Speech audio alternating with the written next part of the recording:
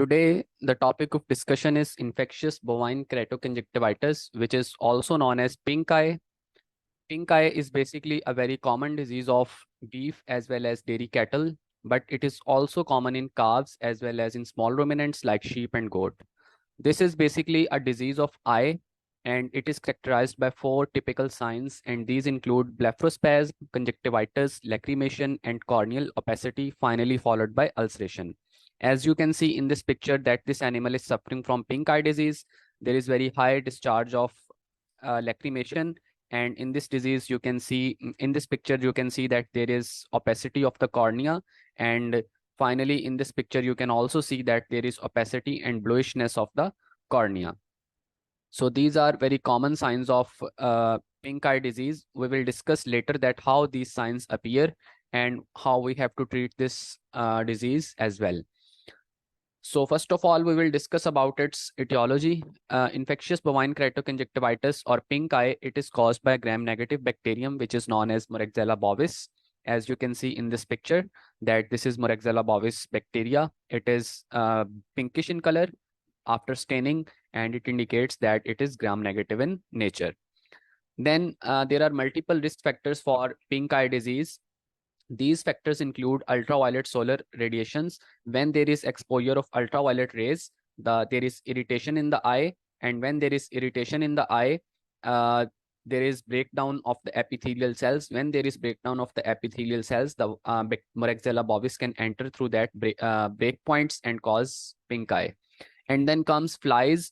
Flies are very important vectors for transmitting pink eye disease from one animal to another animal. And then this disease is very common in hot months. Why in hot months? Because in hot months there is a very large population of flies, which can act as a mechanical vector of this disease. Then finally dust. Dust is also a very irritant for eye. When there is irritation, then the chances of pink eye disease increases. Then comes mechanical irritation. It is again the same as of dust. Then comes trace mineral deficiencies. When there is deficiency of selenium, the immune system become weak. When there is weakness of immune system, the disease can attack easily. Then comes multiple infectious agents other than Moraxella bovis. When any bacteria other than Moraxella bovis attacks the animal, there is immunosuppression in the animal, and when there is immunosuppression in the animal, Moraxella bovis can attack easily and cause pink eye. Then comes a recent commingling via shipping. When we mix the animals during shipping, this disease can transfer from one animal to another because it is a highly contagious and infectious disease. Then finally comes attendance at shows. When we attend a show with our animal can get pink eye disease from other infected animals as well. So these are the risk factors of pink eye disease. Then comes transmission, that how this disease is transmitted from one animal to another animal.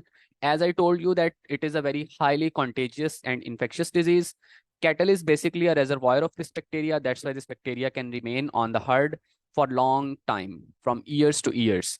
This disease can transmit through direct contact, indirect contact, or it can be transmitted through mechanical vectors. If we talk about direct contact, so if a healthy animal comes in contact with the ocular and nasal discharge of infected animal, it can contract pink eye disease. And healthy animals can also contract pink eye disease through animal handles and fomites. And the most important is mechanical vectors, which include face fly, house fly, and stable fly. As you can see in this picture, that these face flies sit on the eye, and when they sit on the eye, they took the bacteria with them, and when they sit on the eye of another animal, they will transfer the bacteria to that healthy animal, and that healthy animal will suffer from pink eye disease. So vectors are very much important in this disease, in the transmission of this pink eye disease. Then comes pathogenesis, that how this disease happens. The incubation period of this disease is basically 2 to 3 days. It means that first sign of this disease appears about 2 to 3 days after the entry of bacteria.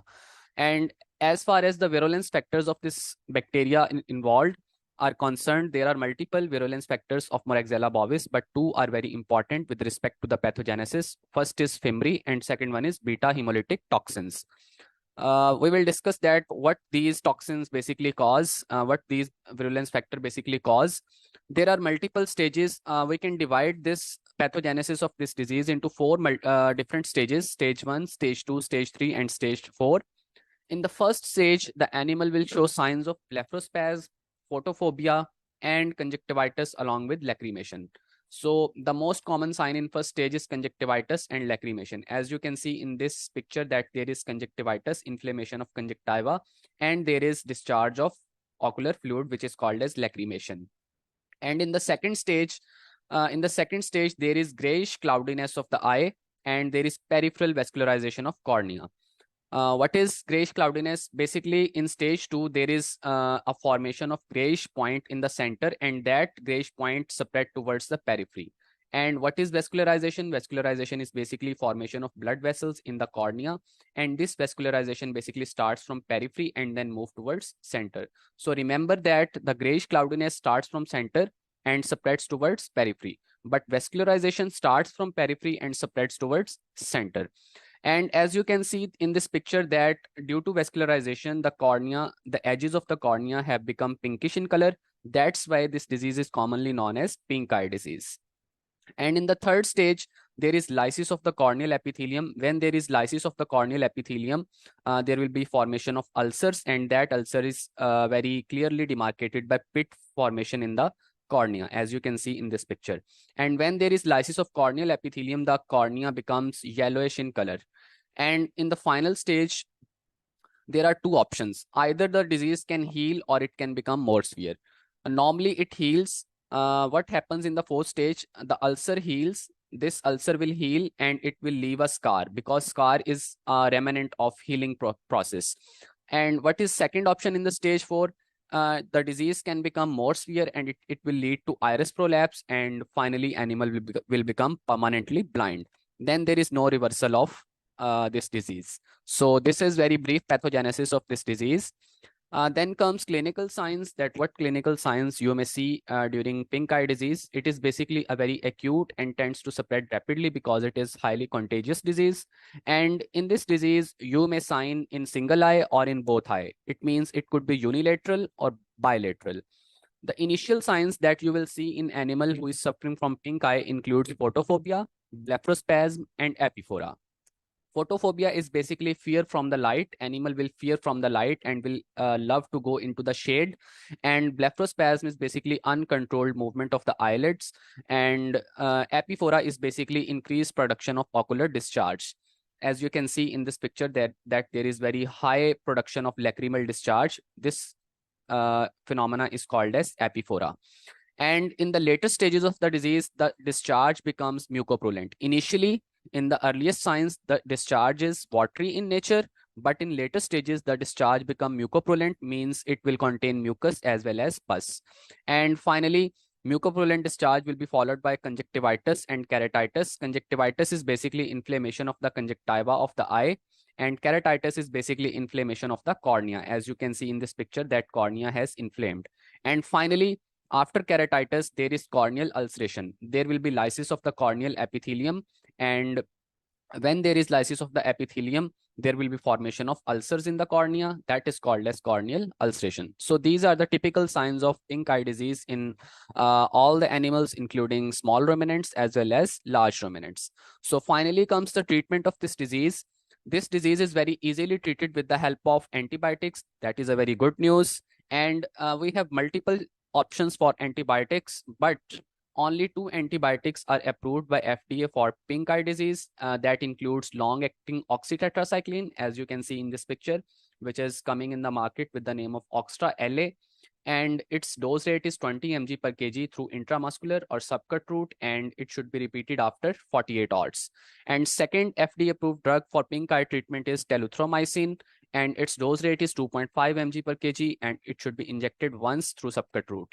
And other than these 2 approved antibiotics, there are multiple antibiotic options that are not approved by FDA. These include ceftiofur, fluorophenical, and penicillin. You can use penicillin through bulbar conjunctival route. As you can see in this picture, that this injection is going to be injected through bulbar conjunctival route. So these 2 medicines, these 2 antibiotics are recommended by FDA in USA, but rest of the antibiotics are not approved by FDA, but you can use as well. Then comes prevention and control of this disease. As I told you, that this disease is transmitted through mechanical vectors, which include flies. So we must control the population of fly. if we can control the fly population, we can control pink eye disease. And we should also control grass weed and brush control, because grass weed and brush are very irritating for the eyes. When there is irritation, the chances of pink eye increases. So we must try to decrease grass weed and brush control. And then finally, we must avoid sunlight exposure, because when there is sunlight exposure, there is irritation, and that irritation increases the chances of pink eye. And then we must also control the disease management in the herd, because if there is disease, there is immunosuppression. If there is immunosuppression, the bacteria can easily attack and cause pink eye. So we must control or manage the disease status of the herd in order to prevent pink eye disease. And finally, the most important is vaccination. We must vaccinate our animals against Moraxella bovis. And when our animals are vaccinated, they cannot contract disease even in the presence of bacteria. So this is the vaccination for pink eye disease, which is coming in the market with the name of Morac 5. It basically consists of 5 species of Moraxella. That's why it is called as Morac 5. So this is all about pink eye. And finally comes the economic importance of this disease. This disease is economically very important because this attacks the eyes of the animal. Eyes become cloudy, and when eyes become cloudy, the animal becomes disinclined to move and suffers from poor thrift, because he will not move towards his feed and will not eat anything. And when he will not eat anything because of blindness or opacity of the cornea, he will surely decrease his body weight. And when he suffers from pink eye, we must have to treat. And when we treat, the treatment cost also increases. That's why it is again a burden of farm economics. And finally, I told you that sometimes the animal become very blind, can become blind. And after this, when this disease recovers, there is a formation of scar, and this causes disfigurement of the eye. Due to this disfigurement of the eye and blindness, the market value of animal decreases. This is again a burden of farm economics. So this is the economic importance of pink eye. Hope you find this video very helpful and will be very beneficial for you in diagnosing and treating the cases of pink eye in future. Thank you.